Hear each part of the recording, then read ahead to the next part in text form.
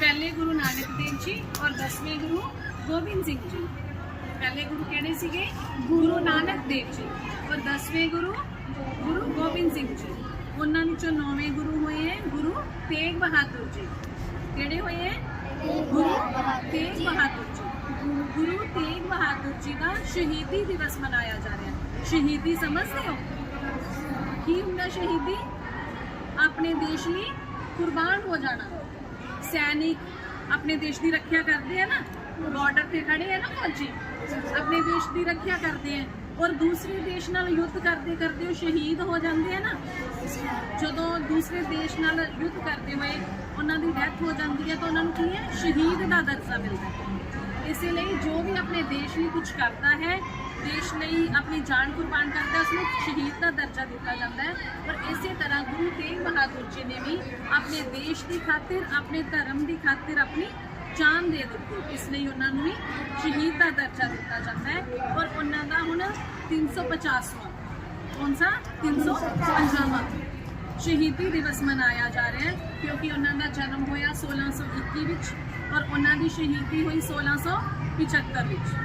1675 समझते हो ना, 1675 1675 विच उन्होंने शहीदी हुई और हुण कितना आ गया 2025। 1675 को लैके 1975 तक 300 साल हो गए और 1975 तो 2025 तक 350 हो गया। 350वां उन्होंने शहीदी दिवस मनाया जा रहा है। हुण मैं तुहानूं उन्होंने जीवन बारे दसदी हाँ कि उन्होंने अपनी शहीदी क्यों दी। शुरू तो ही वो भगती भावना दा विच लगे रहंदे सी, भगती वाला जीवन सीगा। उन्होंने दे पिता से 6वें गुरु हरगोबिंद जी। धर्म की खातिर उन्होंने अपनी जान दे दी। उदों कोई नहीं सी हुंदा भी कोई सिख है, हिंदू है, और देश विच की सीगा मुसलमाना का राज सीगा, मुस्लिम राज्य का राज सी। जबरदस्ती वो हिंदुआं नूं भी मुस्लिम बना रहे सी। की कर रहे सीगे? हिंदुआं नूं भी मुस्लिम बना रहे सी। औरंगजेब राजा सीगा, वो अपनी सल्तनत बनाना चाहता सी, अपना दबदबा बनाना चाहता सी। वो जबरदस्ती जो हिंदू सी ना, जो सिख सी, जो लोग सी, सारियां नूं कह रहे सी कि मेरा धर्म ग्रहण कर लो, मेरी गल मनो। तो लोग की है बहुत दुखी हो गए। जो राजा का राज होए वो अपनी मर्जी करे तो लोग कुछ नहीं ना कर सकते कि कर सकते हैं। वो अपनी सेना नाल दबा लेगा। जे लोग उसके खिलाफ बोलणगे वो की करेगा? उन्होंने मरवा देगा अपने सैनिकों तो। इस तरह करते हैं ना, फिल्मों च देखा होएगा तुसीं, फोन च भी देखते हो, कई स्टोरीज भी देखते हो। वो की है अपनी जनता, अपने सैनिकों द्वारा जनता नूं मरवा दिंदे हैं। तो इस तरह जो कश्मीरी पंडित सीगे उन्हां ते भी जुल्म कर रहा सीगा। उन्होंने कह रहा सी कि हिंदू बन जाओ, मुस्लिम बन जाओ। तो फिर की दुखी होकर गुरु तेग बहादुर जी को आए कि तुसी साडी मदद करो। जो कोई मदद करने वाला होंगे पॉसिबल जाने हैं ना, तुहानूं पता है कि अनीता मैडम तुहाडी मदद करनगे। कोई प्रॉब्लम होवे तुसी टीचर को जाने हो ना, या किसी बड़े भाई बहन के पास जाओगे ना। इस तरह उन्होंने पता सी कि सानू बचाएंगे, तो वो की है गुरु तेग बहादुर जी को गए कि साडी रक्षा करो। तो गुरु गोबिंद सिंह जी उन्होंने बेटा से जो उदों 9-10 साल के सी। तो उन्होंने कहा कि पिता जी तुहाडे तो वध कोई भी इन्हां दी रक्षा नहीं कर सकता, तुहानूं इन्हां दी रक्षा करनी चाहिए। तो गुरु जी ने उन्होंने की कहा कि तुसी अपने राजा नूं जाके कह दो कि जे साडा गुरु मुस्लिम बन जाएगा तो असीं भी मुस्लिम बन जाओगे। ठीक है हाँ, कि जे साडा गुरु मुस्लिम बन जाएगा तो असीं भी मुस्लिम बन जाओगे। तो गुरु जी ने की कहा, उन्होंने जाके इस तरह किया और औरंगजेब के हुक्म से की है गुरु जी को कैद कर लिया।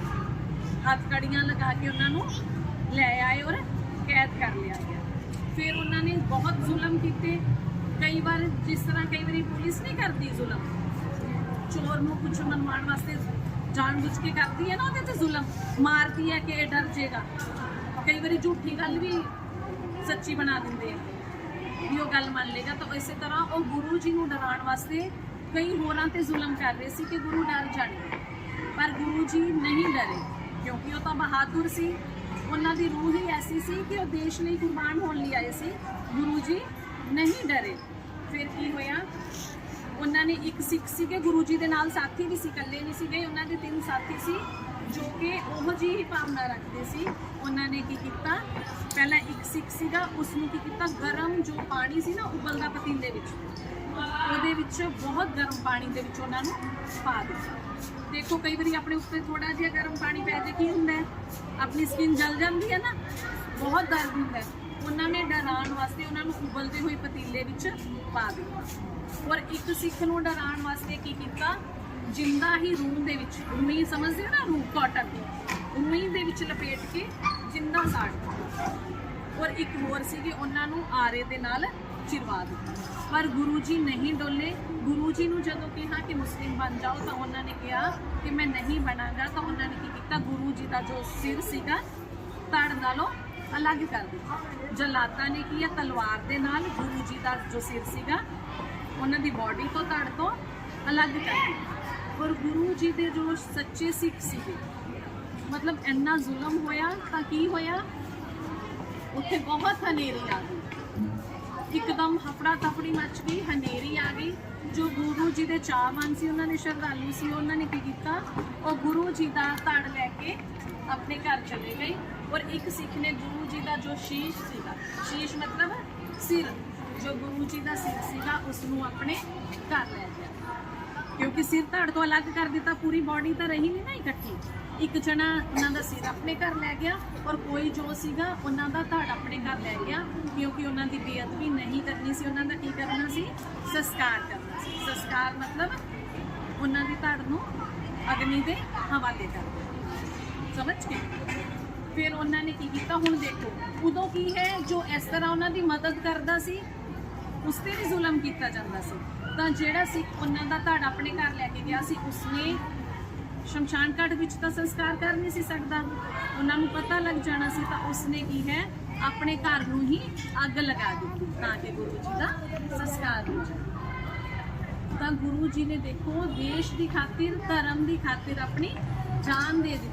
ਸਾਨੂੰ ਵੀ ਬਣਨਾ ਚਾਹੀਦਾ ਹੈ, ਬਹਾਦੁਰ ਬਣਨਾ ਚਾਹੀਦਾ ਹੈ, ਕਦੀ ਗਲਤ ਗੱਲ ਨਹੀਂ ਬੋਲਣਾ, ਹਮੇਸ਼ਾ ਸੱਚਾਈ ਦਾ ਸਾਥ ਦੇਣਾ ਚਾਹੀਦਾ ਹੈ।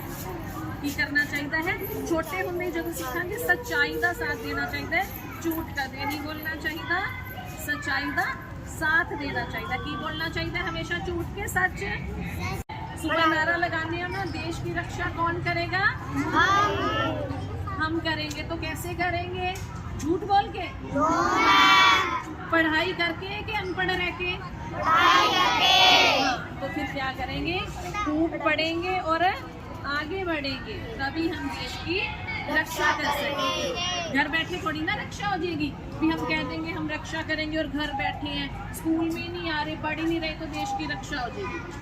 जब बड़ी बड़ी नौकरियां हासिल करोगे तभी देश की रक्षा कर सकोगे।